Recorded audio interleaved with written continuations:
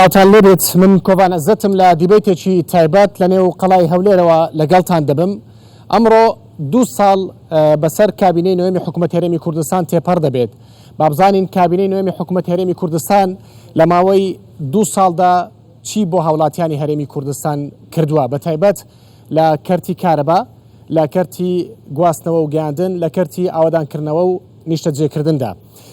حکوومەت هەرێمی کوردستان بە تایبەتیش نووسنگەی ڕاگەیاندنی سەرۆکوەزیرانی هەرێمی کوردستان کتێبێکی چاپ و بڵاو کردوێتەوە لەژێر ناونیشانی چاکسازی و خزمەتگوزاری. لەم کتێبەدا باش لە چاکسازی و خزمەتگوزاریەکانی کابینەی نوێمی حکوومەت هەرێمی کوردستان کراوە لە ماوەی 2 ساڵی ڕابردوودا، بە تایبەت لە سەرەتای دەست بەکاربوونی لە دێحەوتی 2019 تاوەکو 1 2021 باس لە تەواوی کار و چالاکی و چاکسازیەکان و خزمەتگوزاریەکانی تەواوی وەزارەتەکانی حکوومەت هەرێمی کوردستان لەم کتێبەدا کراوە. بۆم دیبەیتە مسێ میوانم لەگەڵ دەبێت کەمال محەممەد وەزیری کارەبای حکوومەت هەرێمی کوردستان، هەروەها دانا عەبدولکەریم وەزیری ئاوادانکردنەوە و نیشتەجێکردن بڕیارە لە سلێمانی لەگەڵمان بێت. هاوکارانم ئاماژە بۆ دەکەن کە هێشتا بەڕێز دانا عەبدولکەریم نەگەیشتۆتە نووسنگەی کوردستان 24 لەوێ، هەر کاتێک گەیشتاوێ چەند پرسیارێک ئاراستەی بەڕێزیشیان دەکەین، ئەو بڕیارە لەگەڵمان بێ بۆم دیبێتە تایبەتە. هەروەها بەڕێز ئانۆ جەوهەر وەزیری گواستنەوە و گەیاندن لێرە لە نێو قەڵای هەولێرەوە لەگەڵمان دەبێت. بەخێر بێن. زۆر سپاس. زۆر سپاس. سپاس. بەڕێز کەمال محەممەد سەرەتا لە سێکتەری کارەباوە دەست پێ بکەین. بۆچی تاوەکو ئێستا لە ماوەی 30 ساڵی ڕابردوو حکومڕانی کوردیدا نەمانتوانیوە هاوڵاتیانی هەرێمی کوردستان بتوانن 24 کاتژمێر کارەبای نیشتیمانیان هەبێت؟ هۆکارەکان چین؟ بەێ زۆر سپاس کاکۆڤان. دوف ئەو کارداما جەنابی سەرۆکی حکوومەتێ پێشکەشی پەرلەمانی کردی و دەنگ سەرهاتیەدان بوازحی ئاماژە پەندێدایەک و کار دێتەکردن بۆ چارەسەرکردنا ڕیشەیە کارەبێ سەرانسەری هەرێمێ و مەژی هەر دوێ کارنامێ مە پلانên خۆدارشتن سەر سێ ئاستا: ئاستێ بەرەمێنان، ئاستێ بەگواستن و ئاستێ دابەشکردن. جهێ دڵخۆشیە و ئەو پلانên me pêşkêşî Cenab-ı Serokê Hikûmetê û Encûmenî Wezîran kirî zorbaya here zor razîbûn serhatiye kirin. Bes ev mawe wekî te jî amaje pê kirî ev 2 salin. دەستپێکی jî sê heyv dane hemî wezareta ku planên xwe pêşkêş bikin. Yani em şên bêjin sala ku ne heyv û ji ber peta korona û babetê qeyrana darayî ev rastî kartêkirin planên hemî wezareta hatine kirin. Êk ji wan wezareta ji wezareta Karebê ye. Em wekû jêrxana beremênana Karebê li seranseriyê Herêmê nûke me 6902 megawatê Karebê heyn. Çêbît tuê kitêbê de amaje da bît 6737 bes me 165 megawatê diye diyarmiyan jê zêde kirîn amaje pê nedabûne. Lewma ev wekû jêrxane. Bes ewa nûke me hey û edkarî da belê ewa nûke hey û edkarî da ku hawlatî mifajê werdgirî 3400 heta 3500 megawatê Karebê. Evê dîtirê boçî çünkü çendîn eger hene. Yani bu numune me 400 megawatê dokaniyê heyn, 249 megawatê derbendîxanê heyn. Bes eva her du me heta heke em wek install capacity an şiyanê tuê mefroza 649 megawata. Bes vêga vê sextirîn wext nûke derbendî xan tinê 15 megawata det, dokan jî 43 megawata. Yani her du nabine 6 megawatê Karebê. Ev êk ji wan hokaran e. Hokarê dîtirê ew ku hindek mehetat me heyn bû nimûne li duhok 1000 megawatê Karebê. Mehetaya ya hazir e bes babetê sotemeniyê. Babetê sotemeniyê heke em dîzilî bidene şûrî yani teklîfeyeka mezin li ser dahatê ya hikûmetê wezareta darayî ket. Çünkü evleviyata karê vê kabînê ew e dabînkirina moçên moça xwe ra. Yani em şên Karebê berhem bînin bes divê gavê ser hesaba moçên fermanbera bît û an dê kartêkirinê sekterê dîtirê jî ket. Çünkü kêşa herêmê tinê babetê Karebê da nîne. Baş. Ew li mawê em 2 saleda çi ciyawaziyektan kردووە بۆ نمونە بەرهەمهێنانی کارەبا لە چاو پێشترا زیادی کردووە لە ماوەی ئەم 2 ساڵەدا؟ بله پێشتر چەند بووە و ئێستا چەندە؟ بله ما گوتی دیف او پلانین کو مدارشتین سکتری برامینانا کار بیدا ما چکر دست پی که ما او پلانین کورت خواهن کو وقت کی کم امشین برهمی زیده کن در بندی خان دو یکی توانت راوسیه بون او 2019 او هر دو یکی مزفران نوه دو کاندیسا کشک او صاحبو او جی مزفران نوه المحطه خبات کو کابینت پیش ما دست پی کربون بله او پروژه گلک گیرو ببو کاری که مزن سرعت کردن 14 حب 2020 300 مگاوات کار بالویری جی زیاده کردن هر وسا 2020 هیوا ده 165 مگاوات کار بالگرمیان مدرس بکر کو اوه ای کمین جاره پروژه کیش غازات مصاحب بجنه او غازات الگل در خصنا غازی در کم پیشتر تاتنا صوتن و جینگه تکدا تأثیرات خلقیت کردن نوکه امید کنه کارب نوکه 110 مگاوات تویت کتنیت کاری دا یعنی و زایدن 105 مگاوات تریجیل زاخو یعنی امشین بیجت ماوی و 2 ساله دا ما 615 مگاوات کاره به یت زیده کری ماوی ام 2 ساله ماوی و هر 2 ساله بس الفيري چه معياره هاي چه دهاتك تام بو حكومه كراندو الفيري چه معياره كا كوفان كو كان امشين باش ان خرابه سخترين كات نسبه كاره به هيفاي كو دو همو سالك 2019 الهيفاي كو دو ما 10 ساعات و 20 دقيقه كاره بويا الهيفا الايكو دو 2020 ما كنا 11 ساعات و 5 دقيقه الهيفا ايكو دو 2021 ما كنا 15 ساعات و 10 دقيقه يعني الفيري بخوا ديار بيد كل 2019 حتى 2020 النخوشترين كات كو ورز زوستانه 5 ساعات كهرباء ما زياده كري باش لما رابردو دا كهرباء زور باش بو تاوكو نزيكي 15 شو اوانا دواتر كمي كهرباء اجتماعي كمي كم بو هو كاركي چي بو هو دو هو كار السركي بون طبعا حتى 15 يعني ام بيجن بري 3 هفتيا 18 ساعات و 20 دقيقه ما كهرباء دانه سراسري هرمي كومبانيا ماس اجبر کو صيانه وحدات توانه هات بونه کرن هندك شایسته توانه دارای یورو ببون 5 وحده در خصن هر وحده 125 او 600 مگاوات كهرباء اوش لايك ال 26 هي كومبانيا كار ويزگها خورملاش كيشه کا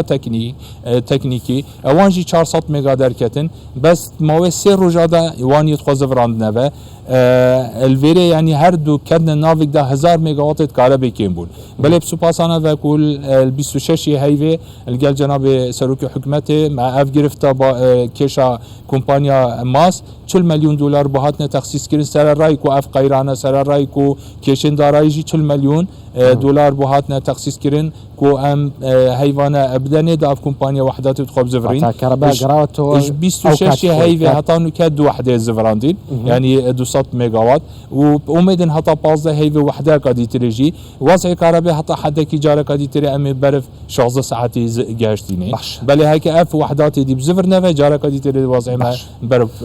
گفتگو زیاتر کردیم برزدانا عبدالکریم وزیری ئاودان کردنەوە و نیشتەجێکردن ئێستاویش لە استودیوی کوردستان 24 لە سلێمانیەوە ئامادەیە کاک دانا بەخێر بیت.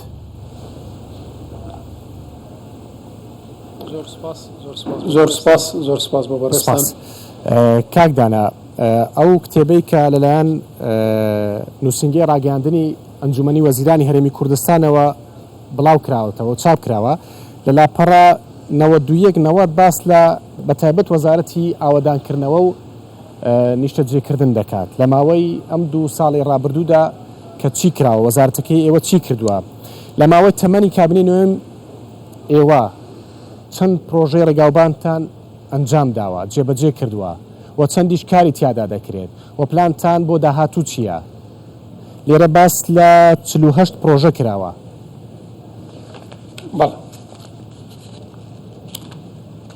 بەڵێ ئەم کاتتان باشی وادارم هەموو لایەک زۆر باش بن. طبعا وەزارەتی ئاوەدانکردنەوە و نیشتەجێکردن یەکێکە لە وەزارەتە گرنگەکانی حکوومەتی هەرێمی کوردستان کە هەرچی سەرشانی بریتێ لە دروستکردنی ڕێگاوبانەکان و پردەکان و هەروەها دروستکردن و چاکردنەوەی ڕێگاکان بە شێوەیەکی گشتی و دروستکردنی بیناسازی گشتی و دروستکردنی یەکەی نیشتەجێبوون بۆ کەم دەرامەتان هەروەها ئەو باڵەخانە و بینایی کە دامەزراوەکانی حکوومەتی هەرێمی کوردستان پێویستە دروستی بکات ئەرشی ئەم وەزارەتەیە کە بنیادی بنێ سەرەڕاوی کە لە یاسای لە یاسای وەزارەتیش کە لە ساڵی 2006 پەسەند کراوە بە وەزارەتی ئاوەدانکردنەوەی لەسەر پێکێنراوە ئەرکەکانی بەوازحی دیاری کراوە ئەرکی وەزارەتی ئاوەدانکردنەوە. ئێمە لە ماوەی 2 ساڵی ڕابردوو سەرەڕای بوونی ئەو قێرانە زۆرانەی کە بەهۆی پەتای کۆرۆنا و هەروەها قێرانی ئابووری و هەروەها ئەو بارودۆخەنە ئەمواری کرد ڕوبەڕووی هەموو ژیان و کوردستانیش بووە. وەزارەتی ئاوەدانکردنەوە توانی بەردەوام بێ لە کارەکانی خۆی. ئێمە لەو چوارچێوەیەدا توانم بڵێم بەشی زۆری پرۆژە گرنگەکانمان کە پێشتر وەستا بوو دەستمان کردوێتەوە بەکارکردن تیایدا و خۆشبەختانە لە ماوەی ئەو 2 ساڵە 48 پرۆژەی گرنگی ڕێگاوبان تەواو کراوە کە کۆی گشتی ئەو پرۆژانە تقریبان 711 ملیار دیناری بە کۆی 711 ملیار دینار تەواو کراوە و ئێستا لە خزمەتی هاوڵاتیانایە و هاوڵاتیان دەتوانن ئەو ڕێگاوبانانە بەکاربێنن. بە دڵنیایی چەندین پرۆژێکتیشمان ئێستا لە بۆری جێبەجێکردنە پرۆژەی ڕێگاوانەکان کە دەیان پرۆژەی گرنگن کە لە سنووری هەموو هەرێمی کوردستانە جێبەجێ دەکرێن و گوژمەی زیاتر بە گوژمەی زیاتر لە 2 تریلیۆن دینارە کە ئەگەر بتوانین بودجێ پێویستی بۆ تەرخانکەین لە ساڵانی داهاتوو تەواویان بکەین و هەر لە ماوەی کابینەی دووەم تقریبا 7 پرۆژەی نیشتەجێبوونمان تەواو کردووە بە کۆی گشتینەوە 4 ملیار دیناری عێراقی. واتە وەزارەتی ئاوەدانکردنەوە لەسەر پێشکەشکردنی خزمەتگوزاریەکانی بە خەڵکی هەرێمی کوردستان و هەموو ئەو کەسانی کە هاتوچۆی هەرێمی کوردستانەکان چ خەڵکی عێراق بن چ دەرەوەی عێراق بن توانیوێتی سەرەڕای ئەو کەم و کوڕیان یاخود سەرەڕای ئەو تەحەدیانی کە ڕوبەڕوومان بۆتەوە لانی کەم بە ئەرکە گرنگەکانی سەرشانی خۆمان هەستین چونکە پرۆژەی ڕێگاوبان ئەو پرۆژانن کە بەڕاستی پێویستە حکومەتی هەرێمی کوردستان گرنگی زیاتریان پێبات چونکە هەموو خەڵکێک هەموو ئەو کەسانی کە لە هەرێمی کوردستان ئەژین و کار و کاسپی و ژیان و گوزەرانیان لە هەرێمی کوردستانە ڕۆژانە بە بەردەوامی جا چ کارێک بکات پزیشک بێت ئەندازیار بێت دکتۆر بێت کرێکار بێت جوتیار بێت هەر پیشەیەکی بێ ڕۆژانە پێویستی بە بەکارهێنانی ڕێگاوبانەکانە لەبەرەوە حکومەتی هەرێمی کوردستان هیچێک لە خاڵە استراتیجیەکانی خۆی یا بەرنامە استراتیجیەکانی خۆی ئەوەیە کە ڕێگاوبانەکانی هەرێمی کوردستان بکاتە ئاستێکی زۆر باش کە لانی کەم هاوشانی وڵاتانی دراوسی پێشکەوتووە. باش کاکدانا دەڵێ نزیکەی 7 پرۆژەی نیشتەجێبوون جێبەجێ کراون. باشە ئەم پرۆژانە لەکوێ جێبەجێ کراون هی نیشتەجێبوون؟ ئەمانە تایبەتن بە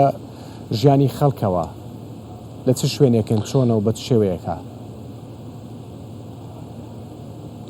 لە هەموو ناوچەکانی هەرێمی کوردستانە لە پارێزگای دۆکە لە پارێزگای هەولێرە لە پارێزگای سلێمانیە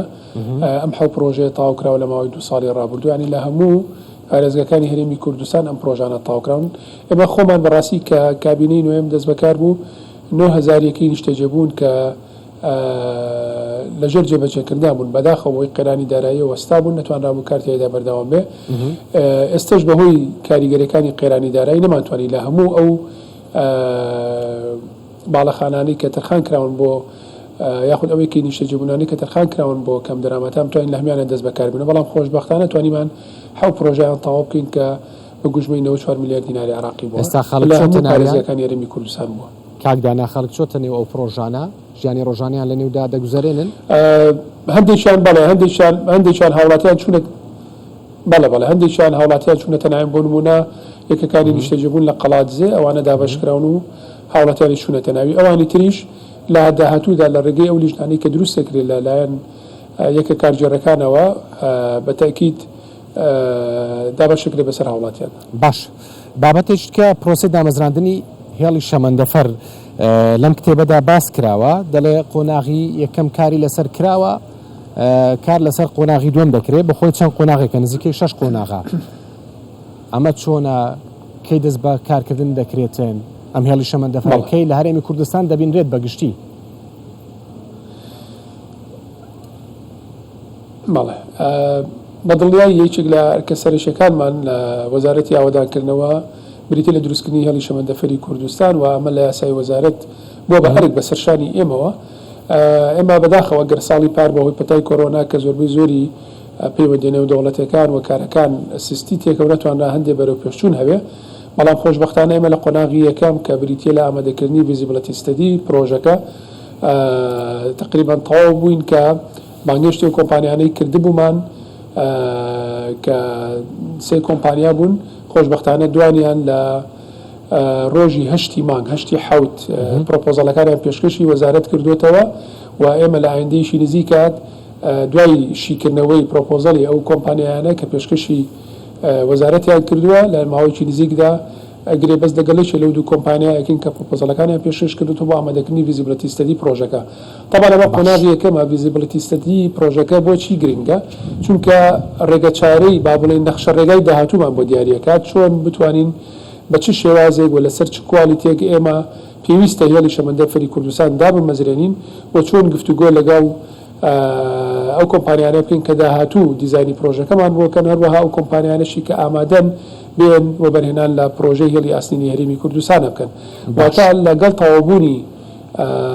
قۆناغی ڤیزیبڵیتی ستەدی پرۆژەکەواتە دراسی جدوای اقتصادی پرۆژەکە ئێمە نەخشە ڕێگایکی زۆر ڕوون و ئاشکرامان لە بەردەما ئەبێت کە ئینشەڵڵا ئەکەوێتە سەرەتای ساڵی داهاتوو ئێمە ئەو کاتا چینە قۆناغەکانی تری ئەم پرۆژەیەوە و من توانم بڵێم ئومێدم هەیە کە بتوانین لە تەمەنی ئەم کابینەیە بەردی بناغەی جێبەجێکردنی ئەم پرۆژەیە دابنین ئەگەر بارودۆخەکان ئاسایی بێت و هیچ گۆڕانکاریی سیاسی کاریگەری لەسەر بەرەو پێچوونی ئەم پرۆژەیە نەبێت. داتان ناوە سەرەتا لەکوێ بۆ کوێ بێت؟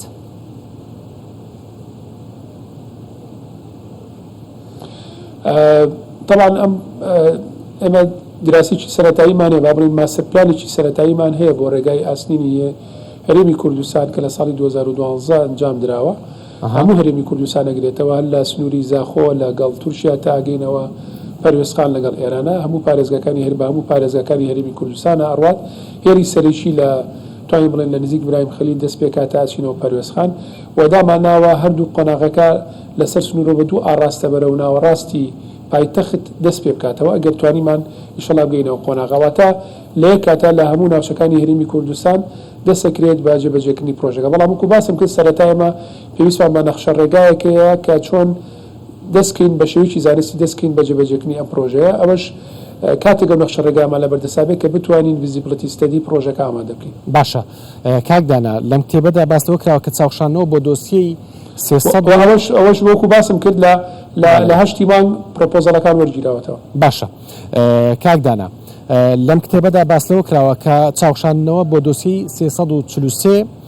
فەرمانبەر کراوە کە وا چاچش کراوە مانگانە تقریبا 41 میلیۆن دینار بۆ خەزانەی حکوومەت دەگەڕێتەوە. دۆسیەی ئەم فەرمانبەرانە چ کێشەیەکیان هەبووە؟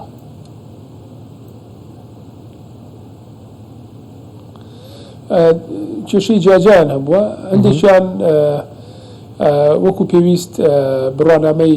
ئەو شوێنەی نەبووە کە پلەکەی بۆ تەرخان کراوە و هەندێکیان خزمەتی پێویستیان نەبووە بۆ ئەو با بڵین ئەو ساڵانی کە بۆیان دانراوە دوای چێکردنەوەی دۆکۆمنتەکان تاوان ئەمە لە چوارچەوەی پرۆسەی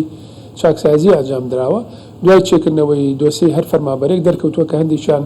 وەکو پێویست خزمەتیان نیە هەندێکیان شاهادەی پێویستیان نییە ئەوانە هەمووی بە پێی ڕێنمایەکان ڕێک خراونەتەوە و هەندێکیشان لەوانە قابلی ئەوەن کە ینی کۆتایی بە ڕاژان بهێنرێت چونکە هیچ با بڵین بنەمایەکی زانستی نییە یا هیچ بنەمایەکی کارگێڕی نییە بۆ ئەوی کە بەردەوام بن لە کارکردن بەهەرحاڵ ئێمە بە شێوەیەکی زانستیانە بە شێوەیەکی کارگێڕیانە مامەڵەمان لەگەڵ دۆسیەکانە کردو بە پێی یاسای چاکسازی کە ساڵی پار ئەنجومەنی وەزیران پەسەندی کردو لەلایەن پەرلەمانی کوردستانیشەوە پەسەند کرا واتە تەنها دۆسی ئەو فەرمانبەرانی کە بە شێوەیەکی نایاسایی بە جۆرێک لە جۆرەکان هەندێک دەرماڵایە هەندێک موچان بەسرا بوو کە هاوتا نەبوو لەگەڵ با بڵێن هاوتا نەبوو لەگەڵ ئەو پلانی کە پێیان بەخشرا چ لە ڕووی بڕوانامە چ لە ڕووی ساڵانی خزمەتەوە چاکسازی تیاکراوە و ئەو بڕاکە ماگانە 41 میلیۆن دینارە گەڕاوەتەوە بۆ خەزانەی حکوومەتی هەرێمی کوردستان. زۆر سپاس کاکدانا لەگەڵمان بمێنەوە دەچم لای کاگانۆ بەخێر بێت. زۆر سپاس. بە هەمان شێوە وەزارەتەکەی ئێوەش تەواوی وردەکاریەکان هەیە کە چیتان کردو هەم لە ڕووی چاکسازیەوە هەمیش لە ڕووی خزمەتگوزاریەوە لەوانەیە زۆر جار وەزارەتی گواستنەوە و گەیاندن خەڵک نەزانێت چی کراوە لە نێو وەزارەتی گواستنەوە و گەیاندنیان بەڵام لەم کتێبەدا کە من خوێندومەتەوە کاری زۆر باش کراوە. بۆ نمونە لە وەربینیتان بۆ دۆسیەی 5051 فەرمانبەر کردووە بەڵام 39 فەرمانبەر بۆی نەکراوە هۆکارەکەی چی بووە؟ ئەم داتایە پێش نزیک 2 هەفتە بووە زیاتر ئێستا داتایەکە هەر بۆ جەنابەت ئەبدایت بکەم گۆڕایە گۆڕایە ئەوانە کتێبەکە تاوەکو یەکی پێنجی ئەم ساڵە 2020 واتە دوای ئەویش ئەم کێشانە ئەوە ئەم دۆسیانە هەمویان چارەسەر کراون و نزیک کە ئەم کارە کۆتایی پێدێ نزیک 50 ملیۆن و 748 هزار دینار دەگەڕێتەوە خەزینەی حکومەت و ژمارەیەکی یعنی ئەوەی کە باس دەکەی جەنابەت 43 دۆسیە مابوو لە بەرەوبەتی پۆستەی هەولێر 4 کەسی تریش زیاد بووە بەڵێ ئەوان دیکە هەموو ئێستا 43 ئەوانەی لە بەرەوبەتی پۆستەی هەولێر بوو یەک لە فڕۆکەخانەی هەولێر بوو دووش لە بەرەوبەتی گشتی گواستنەوە بوون ئەوانە بوون ئەوەی سینەوەکە کە باس دەکرێت کە مابوون پێش مانگە زیاتر چۆشەی وەک جەنابی وەزیر فەرمووی جیاجیای هەندێکیان پلەیان وەرگرتیە کە شایستە ئەم پلە نەبوون هەندێکیان بە شێوەیەکی نادروست خزمەتیان بۆ هەژمار کرایە ئەمانە هەموو چارەسەر دەکرێن و بە پێ یاسای چاکسازی مامەلایان لەگەر دەکرێت من لێرەدا زۆرجار دەڵێن حیزبەکان ئەمانیان داناوە واستە و واستەکاری هەبووە ڕێگر بوونە لە ئێوە حیزبەکانیان هاوکار و پاڵپشتان بوون نەخێر ئێمە بە پێی یاسا کار دەکەین و بە پێی یاسای چاکسازی کاری خۆمان دەکەین و ئەمە فەرمان و ڕێنمایی ڕێزدار جەنابی سەرۆکی ئەنجومەنی وەزیرانە کاک مەسعود بارزانی کە ئێمە کاری خۆمان بە پێی یاسا و بە پێی ڕێنماییەکان جێبەجێ دەکەین و ئەمەی لە یاسادا هەیە ئەمە تطبیق دەکەین من لێرەدا دەمەوێت طبعا سپاسی ڕاگەاندکاران بکەم لە ماوەی ئەم 2 ساڵە کە ئەم ڕاگەاندکارانە کە ڕەخنەی بنیاتنەریان گرت لە حکوومەت ئەمە لێرەدا من زۆر سپاسیان دەکەم لە ئێوە لە ڕاگەاندکاری وەک ئێوە کە ڕەخنەیەکی بنیاتنەرتان گرت و یارمەتی ئێمەتاندا زۆر سپاسان دەکەم و داوا دەکەم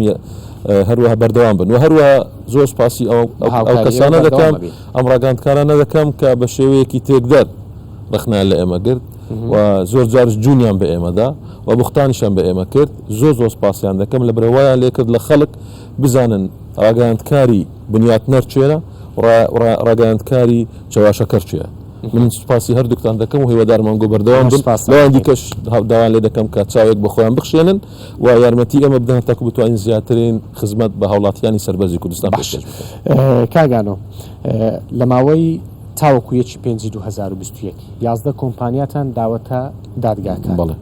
بۆچی داوتانە دادگاکان ئێستا بوویتە 15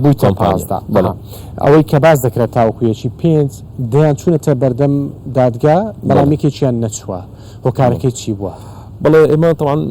ناوی کۆمپانیەکان ناینین هەتا نەچینە بواری تەشهیرکردن و تا دوایە بەڵام هۆکاری کۆمپانیایان چی بەڵێ 15 کۆمپانیا درایتە دادگا لەبەر هۆی جیاجیا یەکێک لەوانە کە شایستەی دارایی حکومەت لە لای ئەوانە کە حەقی عامە نایاندایتەوە بە حکومەت ئێمە 59 کۆمپانیا ئاگادارمان کردبوو لەم کۆمپانیانە زۆر بە سوپاسەوە 21 کۆمپانیا هاتنە وەزارەت و شایستەی داراییان گەڕاندەوە بە حکومەت 21 کۆمپانیا 3 کۆمپانیا هەڵوەشە ئەو شایستی داراییانە چەند بووە لە 3 ملیار دینار تێپەر بووە و ژمارەکان بووە لە 3 ملیار دینار تێپەر بووە ئێستا گەڕاندیتەوە بۆ حکومەت باز بوو چی بووە ئەم پارەیە باش نییە شایستەی دارایی ڕسوماتە و 3 کۆمپانیا هەڵوەشاوە و چی بووە پابەند نەبوون بە قوانینەکان چەند بابەتێکی قانونیە ئەو کاتێککە بێنە ناهێنین بەس لە باتی ئەوەی کە مەسەڵەن فریکوێنسیان وەرگرتیە لە حکومەت لە فریکوێنسی ئەنتەرنێتیان وەرگرتیە لە حکومەت بەڵام بەکاریان نەهیناوە ئەمە هەموو ئەمە سەروەی وەتانیە فریکوێنسی ناکرێت لەکن خۆت حەجزکەی و بەکار نهێنی وە چەندین طبعاً هۆی دیکەش هەیە لەم داوایانە لە 5 داوای یاسایی بە بڕیاری کۆتایی پێهاتیتەوە وەزارەت بردیەوە لە محکەمە و محکەمەکانی دیکەش هێشتا بەردەوامە هەروەها ئەگەر بینە سەر باسی فڕۆکەخانەکان بکەین دەرفەت بدەی بە بەندە لە فڕۆکەخانەی دەوڵەتی هەولێر نزیک 40% خەرجیەکان کەم کراینەوە باڵێ ئەمە طبعاً ئەم ڕقەمە بە ملیۆنەها دۆلارە یعنی هەروەکو نمونە دەینم لە یەک لە هەموارکردنی یەکێک لە گرێبەستەکان طبعا بە هەماهەنگی لەگەڵ ستافێکی زۆر پرۆفشیناڵ کە من لێرەدا سوپاسیان دەکەم بۆ ماوەی 2 ساڵ کاریان لەگەر دەکەین لە نووسنگەی ڕێزدار جەنابی سەرۆکی حکوومەت لەگەر ئێمە لە نزیکەوە کار دەکەن لە یەکێک لە گرێبەستەکان ئێمە نزیک 4.5 ملیۆن دلارمان گەڕاندیتەوە بۆ خەزینەی حکوومەت ساڵانە ئەوەتان گەڕاندۆتەوە بەڵێ گەڕاوتەوە بۆ خەزینەی حکوومەت ئەم کارانە هەنگاو بە هەنگاو بە شێوەیەکی یاسایی بە پێی ڕێنماییەکان بەردەوامن باسی بابەتی فڕۆکخانی دەوڵەتی سلێمانی چەندین کاری گرنگش لەوێ کرایە و هەروەها پرۆژەی فڕۆکەخانەی نیودەوڵەتی لە دوهۆک هەروەها گەیشتیتە دیراسەکەی گەیشتیتە قۆناغێکی زۆر پێشکەوتو لە هەفتەی ڕابردووش لژنەیەکی نوێ لە چەند مهندسێک ئەو بەچی گەیشتۆ چونکە دەڵێن سەدا هەشتی پرۆژەکە بە کۆتا هاتووە فڕۆکخانەی هەشتی پرۆژەکە بە کۆتا هاتیتەوە بەڵام ئێستا بە تێڕوانینێکی نوێ بەرەو پرۆژەکە چوینە لژنەیەک لە چەند مهندسی شارەزا لە فڕۆکەخانەکانی هەرێمی کوردستان وەرگیراون کاری لەسەر دەکەن چەند یاسازانێکی شارەزا کاری لەسەر دەکەن و ئینشاءڵڵا بەم نزیکانەوە کەی کارکردنتیا دەست پێ دەکاتەوە بەم نزیکانەوە کۆمپانیەکان گۆڕا و نەگۆڕانیان هەمان کۆمپانیای پێشون بەم نزیکانەوە ئینشاءڵڵا خەبەرێکی خۆش دەدەینە زەماوەری کوردستان بەگشتی دوهۆک بە تایبەت کە ئێمە تەڕوانینێکی نوێمان هەیە بۆ چۆنیەتی جێبەجێکردنی فڕۆکخانەی نیودەوڵەتی لە دوهۆک. ئەی پرۆژەی سیتی پاس چی بەسەر هاتووە؟ پرۆژەی سیتی پاس لەگەڵ کۆمپانیای جێبەجێکار ئەوەی کە تەسمیمەکە دیزاینەکە تەواوی کردیە لەگەریان گەیشتینە قۆناغی کۆتایی هەتاکو تەندەرەکان بە کاملی تەسمیلی وەزارەت بکەن و ئینشاءڵڵا لە نزیکانەوە ئیعلان دەکرێت بۆ لە نێو شارە گەورەکانە پاس نییە بەڵێ زۆر کەمە نە ئێمە پاس ببورە پاس هەیە پاس هەیە لە هەولێر پاس هەیە نەخێر پاسەکان هەیە پاس هەیە لە هەولێر لە سلێمانی ئێمە دەمانێت پرۆژەی سیتی پاس گواستنەوەی گشتی لە ناو شارەکان هەموو دەگۆڕی یعنی پاس لە کاتی خۆی دەردەچی لە کاتی خۆی دەگا جۆری پاسەکان دەگۆدرێ شێوەی مامەلەکردنی هاوڵاتیان لەگەڵ پاسەکان دەگۆدرێ یعنی کارتی پاست دەبی کارتی پاست دەبی وەکو ئەگەر موظف بی یاخود قوتابی بی کارتی پاس دەبی ئەمە هەموو دیزاینەکە تەواو بووە دیزاینەکە شەریکەیەکی ئیتالی کردیتی دیزاینێکی زۆر تەموحە و ئێمە لەگەڕوان لە وتوبێژن لە گفتوگۆین هەتاکو بگەینە ئاخر اتفاق و گشت جەداول بدەنە ئێمە هەتاکو ئێمەش دەست پێ بکەین وەکو وەزارەت بە تەڕحکردنی بۆ مستەسیرەکان و بۆ خەڵکی کە دەیانەوێت ئینڤێستکەن ئێمە تا ئێستاش زۆر جار ئەو پاسانەی کۆن هەن کە پێمان دەگوتن کۆستەر باشە ئێستاش لە نێو هەولێر هەن یعنی پاس ناکەن ئیجباری ناکەن کە پاسی نوێ بێنن بۆ منە سارکەرەوەی تیا دەبێت گەرمکەرەوەی تیا بێتن بۆی خەڵک بتوانێت ئەو پاسانە بەکار بهێنێت زانی بە هەزارەها خەڵک ئەزان بڕیار لە ڕاگەاندن وەک جەنابەت کاک کۆڤان باست کرد لێوان ناکەن ئەمە بە قسە زۆر خۆشە بەڵام کردار زەحمەت بەڵام کە دێی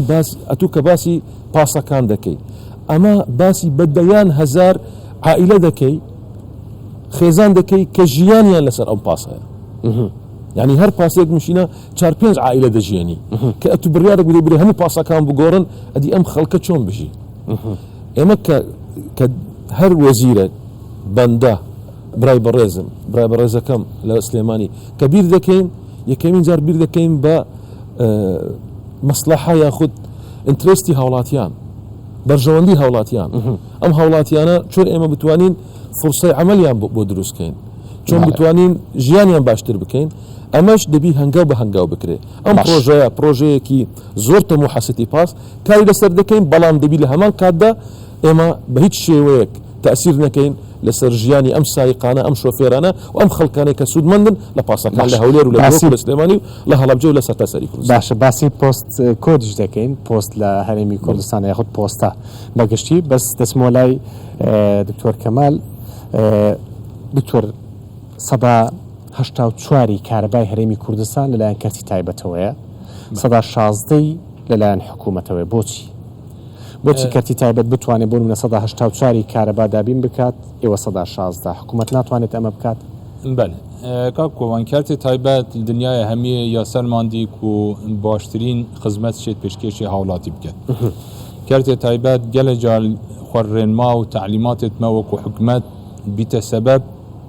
خزمەت وەکو پێتڤی نایتە پێشکەشکردن بۆ نمونە وەحدایەک تێک چیت ئەس محتاجی سیانەمە لازم دەرخستایەکی چێکەم و پنێرمە وەزارەتە دارایی و موافقە بێت و چەندین هەیف دێ پێچ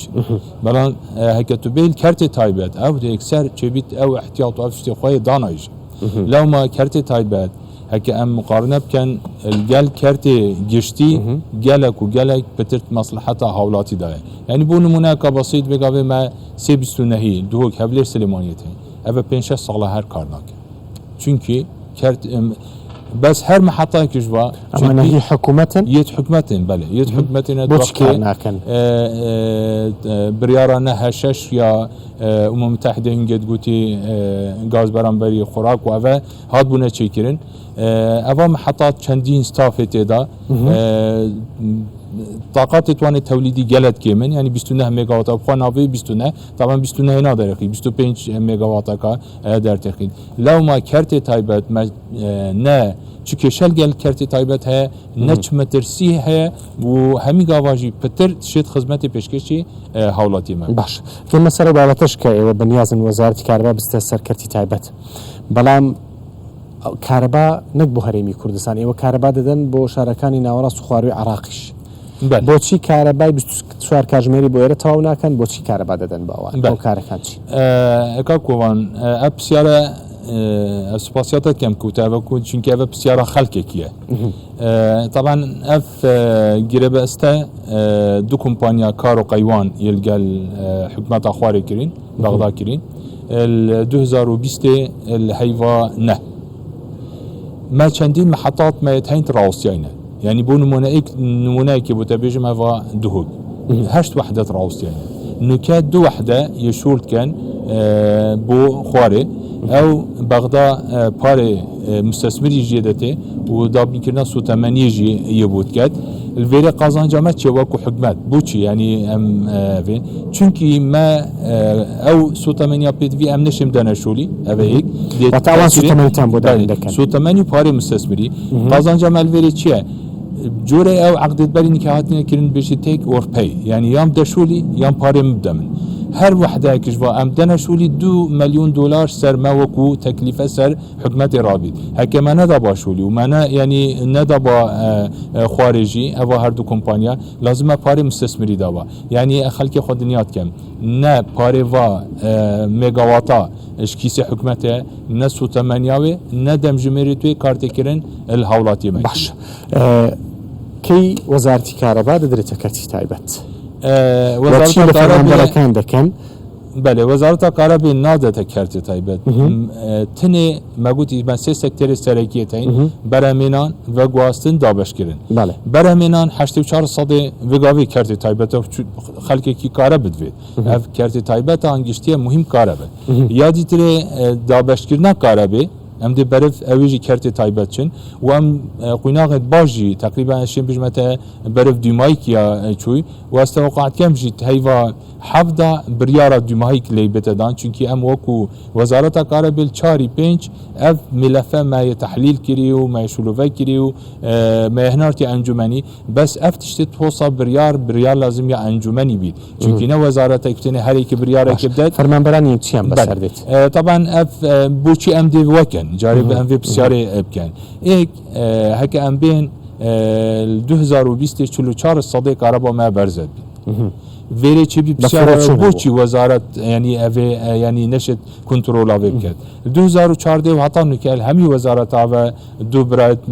du wezîrê dîtir jîl gelme 2014 heta nuke ek karmend nehatiye tayin kirin yê dîtirê şiyanê wan çünkü ev teqrîben ev 6 sale berif 7 salê çît şiyanê wan yetkim hatî yê dîtirê gele xelkekî icazet wergirtîn û yê derketîn me ev valatiye pir nevekiriye ve yanî hindî em teexîrken کارەباش زیاتر دەبێت اف كهرباء برزت بي دزيات الليت لو ما الفيري وكو چوا تو بيجي نخوشك نزيفك هاي هر وقت تو بگیری باشتركو يا بردوام بيت لو ما کارەباش زیاتر دەبێت اكيد وقتی کرتی تایبت چو اف کاربا برزه بید بو حولاتی بزورید دم جمیرن هبونا کاربی دزیات لین او ایک جداری دیمیتت ناف کاربی دانو که حولاتی دو حقای داد حق مولدی جدت و حق کاربا گشتی جدت وقتی دم جمیر هندی یه کاربا گشتی زیاده بون دم جمیر مولدا کم تلیتن ایدن اوجی مصلحتا هر حولاتی داره چه متساعد بینده موچت و هفتش صدش او کادر پیدوی بووا کمپانیا نه هفتش صد کادر وزارته یعنی بون مونند بیشن هفلیر کمپانیا دی محتاج 1000 کارمند آبید 700 شوان دید ما بین اف 700 کارمند دید ما اوید نوکل صیاناتا اوید نوکل همان کارد کن دی چنل گل اوی کمپانیه شایستوانی دارایی نفسی اف کمپانیا شونا حکمت بدت او دیدن هم بجنی اعاره اوانی ترچان لیکن نقلیانه کن دیانگوازنو بو وزارتی تر طبعا دائره ده هر مين بوچی چونکی مشاريع عادي تنفيذ کرد متابعه و کمپانیا نایلن کو اف کمپانیا اما کیف خو و حولاتي ضررمند بید متابعه وام کرد آیا وقتی کشک یا فنی بوچی بو اف کمپانیا تو وقتی خدا جاره سرکر یعنی استاف ده هر مینید بس هفته صده کادر پدوی دیجیتال گلوان یا دیتریجی زوربه اف کادر ما گیره بستن يعني تقريبا نزدیک 2700 گیره بست مایتین موچت وان 350,000 کن اوه چنل گل کرد تایبت ام اوان پش راست کن کس شوانش 500,000 کم ترناوری برای خود حیوان ده موچ خوار گیرید بزیدت جیده ور گیرید و همان شول جیده کرد حقوق توی همین دابین کرینه وکو تقاعد وکو علاوه و ترفیعت ویش بله زور سپاس دکتور اسم الله کاک دانا عبدالکریم کاک دانا سندوقی پاڵپشتی ڕێگاوبان کە پێشنیاز کراوە ئەمە بە چی گەیشتووە چی بەسەر هاتووە ئەم سندوقا کە دەگوترێت پرۆژەیەکی زۆر گرنگە بە تایبەت بۆ ڕێگاوبانەکان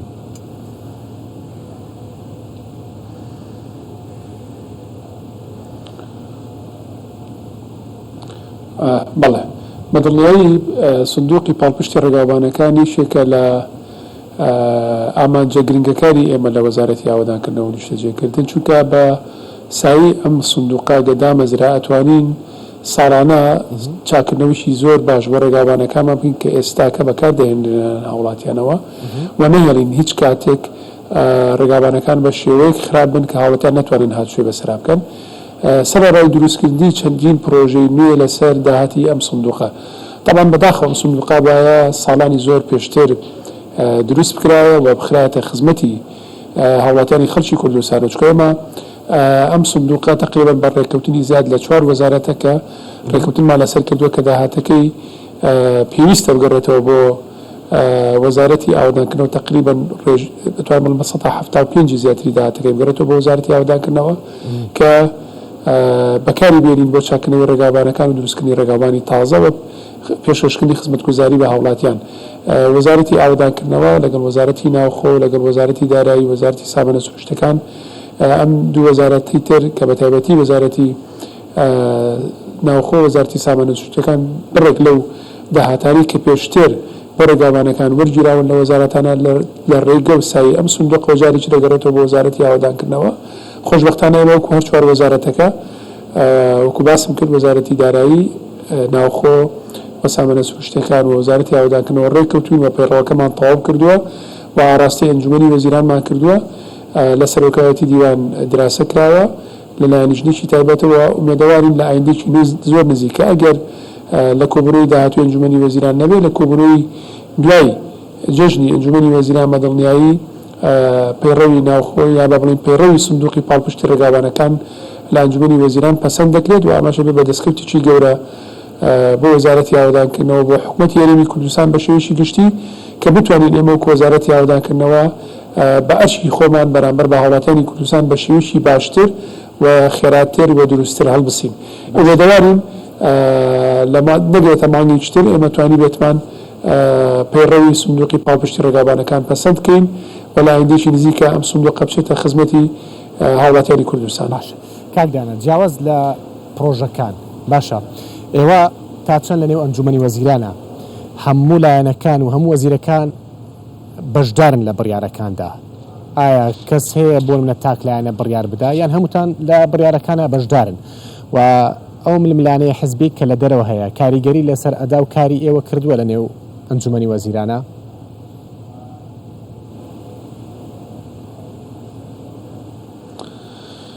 بەدڵنیایی لە ئەنجومەنی وەزیران گفتوگۆ لەسەر هەر بابەتێکی گرنگ کە پەیوەندیدارە بە پێشکەشکردنی خزمەتگوزاری یاخود پەیوەندیدارە بە بڕیاری سیاسی یاخود پەیوەندیدارە بە چۆنەتی مامەڵەکردن لەگەڵ ئەو ڕووداوانی کە یەنە پێشەوە گفتوگۆی زۆر کراوە و زۆر بە شێوەیەکی با بڵێن سەریحی لەگەڵ یەکەکەین و ئەوەی خۆشحاڵیە گەر ڕاکانیش جیاواز بن و ئەگەر بیر و بۆچوونی جیاوازیشمانە بێت لە ناو کۆبوونەکانی ئەنجومەنی وەزیرانە دوجار دوای گفتوگۆکردن بەیەکەوە بڕیار لەسەر بابەتەکەین و تا ئەم ساتی کە لەم بەرنامەیە بەشدارین کە یادی 2 ساڵەی پێکەنانی کابینەی نوێی حکوومەتی هەرێمی کوردستانە توانم بڵێم لە 90 زیاتری بڕیارەکان بە کۆی دەنگ دراوە چەند بڕیارێکی زۆر کەم نەبێت کە بە زۆرینەی دەنگ دراوە ئیجنا توانم بڵێم لە 90 بەرەو ژووری بە کۆی دەنگی ئەندامانی ئەنجومەنی وەزیران دراوە کە ئەمەش ئەو ڕاستیە سەلمێنێت تا ئەم ساتە ئەنجومەنی وەزیران وەکو یەک تیم کارەکەن هەر لە بەڕێ سەرۆکی حکوومەت جێگری سەرۆکی حکوومەت هەموو وەزیرە بەڕێزەکان هەوڵمان ناوە ئەم یەک تیمیە بپارێزین بۆی بتوانین کابینەی نوێیەم بتوانێت باشتر خزمەتی هاوڵاتیان بکەوە ئەرکەی لەسەر شانێتی بەرامبەر بە هاوڵاتیانی کوردستان جێبەجێ بکات. خۆتان نەزانن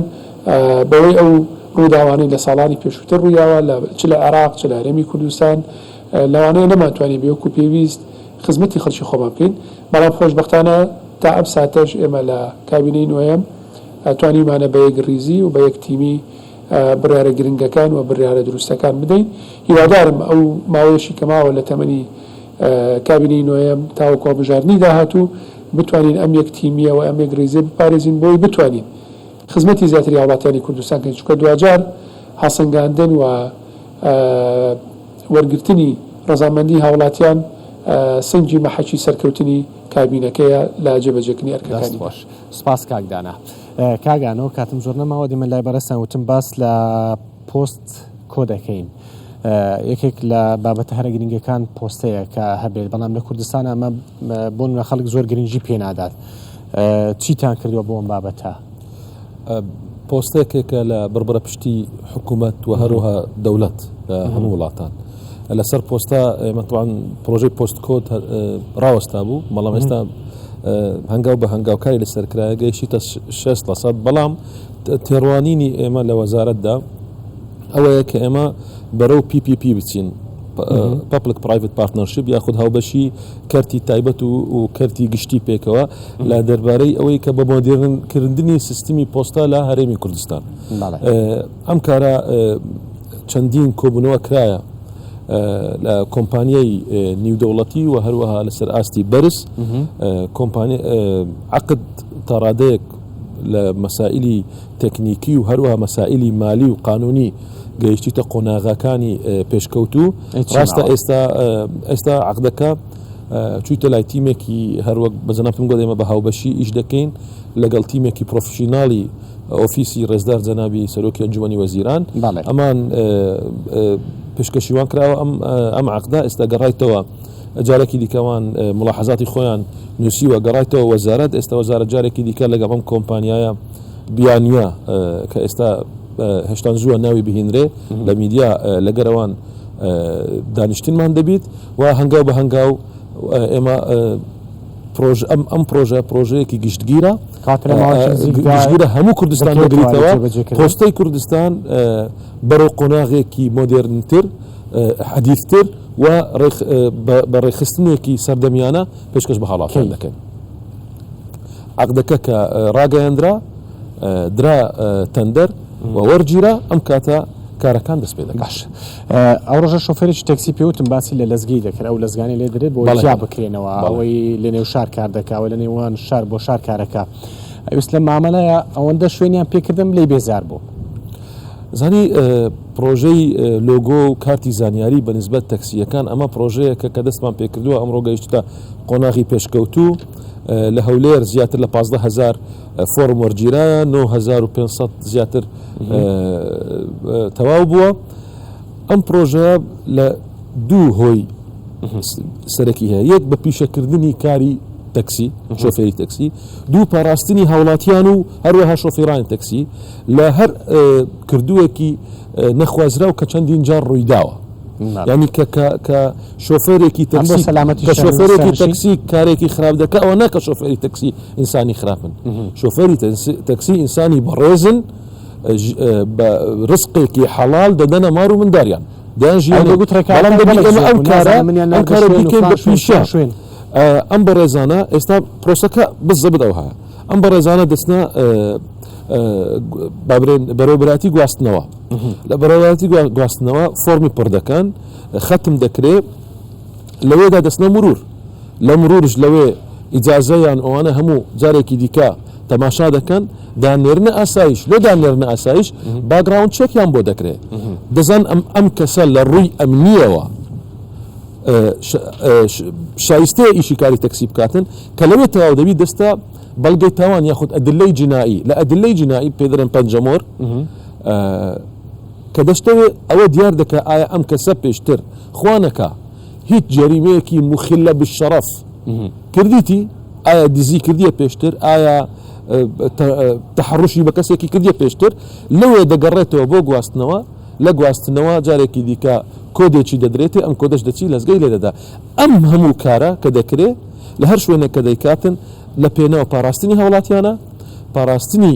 خودی شۆفێری تەکسیە و هەروەها بە پیشەکردنی کاری شۆفێری تەکسیە لە کوردستان. باش بابەتێکی تر هێڵەکانی گەیاندنە، چه ئینتەرنێت بێ چه مۆبایل بێ، ئێوە گرێبەستی هەردوو کۆمپانیە تارین و ئایکیون نێتوەرکتان هەموار کردوێتەوە بۆ دام و دەستگاکانی حکوومەت، نرخەکەتان و ئەبزام کەم کردوتەوە، ئەکەی بۆ هاوڵاتیان کەم دەکەنەوە. لە بۆ هاوڵاتیان وەکو جەرامتان ئاگادارن لە دەستپێکی قەیرانی کۆڕۆنا کە داوامان کرد لە کۆمپانیەکان کەم بکەنەوە 6% ئەم کۆمپانیای کە تەختەی کوردستان دەکا 20% نرخەکانی کەم کردەوە بە پێی ئەپلیکیشنەکانی فاست پەی وە ئەم ئەپلیکیشنانەی کە هەیە و نرخەکە کەم بیتەوە سرعەتەکە زیاد بووە. بەڵام ئێمە تموحمان زیاترە، تموحمان بەرەو ئەوەیە کە ئێمە لە کوردستان ئەمە ماوەیەکی زۆرە ئێمە 4Gمان هەیە، هێشتان ئێستا لە شوێنەکانی دیکەی عێراق بە 4G دەستیان پێکردیە، لە کوردستان ئێمە تموحمان هەیە کە بچین بەرەو 5G، ئەمەش کاری بۆ کراوە و هەروەها دوو کۆمپانیا وەکو تەجروبەیان کردیە و ئێمە بەوەین کە زیاتر ئیشی کاری ئینتەرنێت ڕێک بخەین. ئێستا ئەمە پرۆژەیەکمان پێشکەش کردیە کە ببتە بەشێک لە پرۆژەی بودجەی 2021 کە چۆن یەک ئەم شایستە دارایانە وەربگیرێ لەم کۆمپانیانە هەروەکو بەنسبەت 13% وەکو بەشی کوردستان لە جغرافیای عێراق، ئەمە یەک، دوو هەروەها ضریبەی مەبیعات ئەمەش لەیان وەربگیرێ کە داهاتێکی زۆر دەبی بۆ خەزینەی حکوومەت و بەکار دەهێنرێ بۆ دانی بۆ خزمەتگوزاری بۆ هاوڵاتیان و هەروەها دانی شایستە دایرەکان لە حکوومەت کە ئەمە مافی گشتیە. سپاس بۆ ئانۆ جەوهەر وەزیری گواستنەوە و گەیاندن کە لەگەڵمان بووی، هەروە سپاس بۆ کەمال محەممەد وەزیری کارەبا کە لەگەڵمان بووی، هەروە سپاس بۆ دانا عەبدولکەریم وەزیری ئاودانکردنەوە و نیشتەجێکردن کە لە سلێمانیەوە لەگەڵمان بووی. زۆر سپاسانەکەین. سپاس بۆ ئێوەش کە بینەر و بیسەرمان بوون، هەر لە خۆشیدا بن.